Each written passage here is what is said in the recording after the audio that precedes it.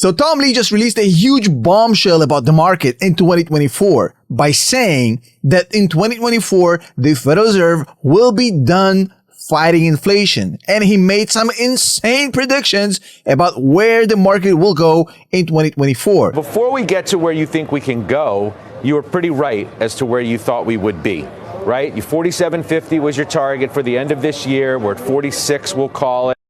You should know that Tom Lee specifically called where we are right now about a year ago. In January 2023, when the S&P 500 was 4,000, Tom Lee said it's going to hit 4,700. Guess what? We're currently at 4,650, and it's not his first time. He got it right a few other times before. So our bet was inflation would be softer, you'd avoid a hard landing, and then we've seen the Fed kind of take its foot off the neck of monetary policy. So I think it was economists were too bearish. Essentially what he said is two important things. I'm going to give you those things, and then I'm going to share with you my analysis as far as how accurate I think this guy is. I think people should study market internal structure. We've seen a huge turnaround in cyclical stocks. The banks are churning, the regional banks are turning up, small caps are leading. This is not end of cycle market behavior. This is early cycle expansion reaccelerating. What if it's just a late year, run as fast as you can, catch up to what you missed, a lot of money has come in and it's just chasing everything to the end of the year as rates have come down? Well, if we thought this was a head fake, and I think if this is 98, we can run another 7% from today. To when? To year end.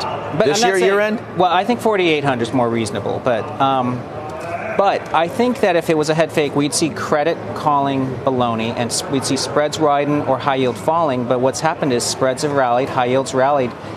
It's actually a improving liquidity rally while investors took $240 billion out of stocks this year. So you're a believer in the broadening of the move, and you think it carries beyond the calendar turn? Yeah, because now as we get into next year, we'll have an FOMC decision, but I think it's going to show the Fed is no longer fighting an inflation war, but really shifting towards managing the business cycle. Huge change. I think interest rates could make a huge move lower. Mark Newton, our technician, thinks it could be 3.5%, 3.2%. And that would take mortgage rates down to 5 or under 5%. We know that would help the economy, and I think there's a lot of pent-up demand for CapEx. So I'd say that stocks could do very well next year. Well, you must if you think we're going to get to your target for 2024 S&P is 5,200. Yes. Number one, he's saying that the Federal Reserve will be done fighting inflation in 2024. That's super important because that leads to his second point, which is his next year prediction. As you notice, his predictions seems to be on point. Now, his second prediction, which is a complete derivative of the fact that the Fed will relax its monetary policy, is that the stock market will do about 15% on the S&P 500. That's a bold prediction, but a guy like Tom Lee, who's done it before, definitely deserves my attention to break it down and tell you what I think about this. Now, look, we just found out that the inflation rate dropped to 3.1%. The CPI data came out, 3.1%. It's clearly the tail end of this inflationary cycle. And obviously, if I'll wake anybody here in the middle of the night, I'll smack them on top of the head, I'll pour some cold water on them, and I'll ask them, what is the target for the Fed? Everybody will know it's 2%.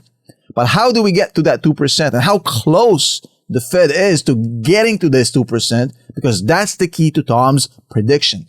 Tom Lee basically says, look, monetary policy will be eased in 2024 because the Fed will beat inflation and the stock market will do well as a result of that. But in order for us to judge that prediction, we need to answer two questions. Number one, how likely is the Fed to beat inflation in 2024? And two, what needs to happen for that to be the case? At the end of the day, there's basically three things that drive the CPI read. Number one is a statistical setup. The CPI is a comparative system. So as far as the inflation dropping downwards towards the 2%, it has to happen when the months we are comparing to were horrible months as far as inflation. The worse the inflationary situation was in the comparable months last year, the easier it is for us to beat them this year and get a bigger drop down. And of course, if you look at the end of 2022, it wasn't as bad as the beginning of 2023, which means that the comparable months we're probably looking at for the biggest push downwards is January and February. And that means we'll get the results in March, April. So the push downwards is most likely to happen in the first quarter towards the second quarter of next year. But that's a very partial view of the entire picture. As far as Shelter and gasoline, these two dominated where the CPI went over the past 3 years. And as these numbers go, they will determine what happens in 2024. Now look, oil prices are cooling down, as they are expected to do. They're cyclical in nature. They go up in the summer as people travel, and they go down in the winter. It's very, very simple. It's very, very cyclical, unless there's a big world war going on. And there were some options of that happening in the Middle East, but now it seems to be a very regional conflict. Oil prices will remain low, currently below $70 a pop. Now, crude 70 is a whole lot better for the CPI than crude 100, which is something we just had in September.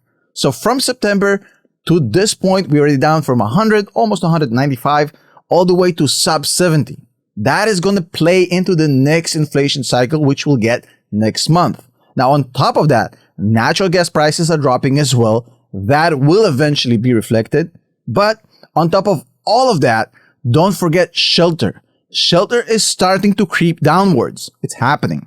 As mortgage rates start to slowly ease off, there's more transactional activity.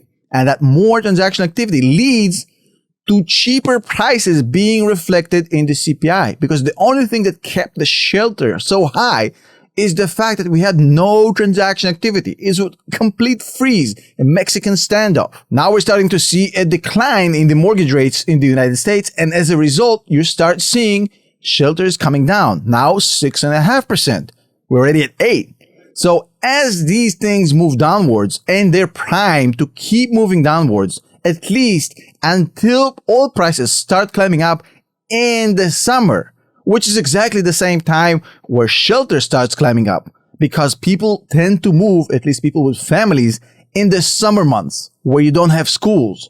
So summer months are really good for oil prices and for shelter to start climbing. So that means that until summer comes in next year, there's a good chunk of time, the first 3 quarters, in which inflation is very likely to come down closer to the Fed's target rate and closer to the Fed being able to say, hey, we did it, especially when the GDP numbers are doing fine, above 5%, unemployment numbers are very low, and it's a good point to say mission accomplished, especially when you have the political background and the political backdrop of an election year. Magically, somehow, we have very easy monetary policy once we head into elections, even though the Fed is supposed to be apolitical, I guess, right?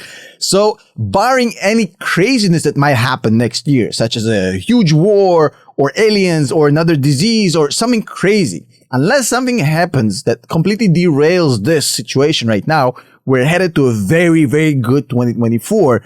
And that's going to be a great year to be in the stock market, which means that now is the right time to dollar cost average into the market before it spikes in 2024. So for me, the sweet spot is between the first quarter and the second quarter of next year, where I think the market will start pricing in the Fed basically taking the foot off the gas and starting to cut rates.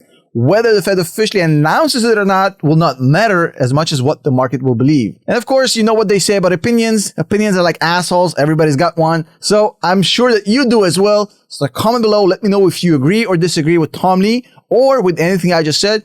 Keep it respectful. I'm happy to interact with you in the comment section. I'll see you in the next video.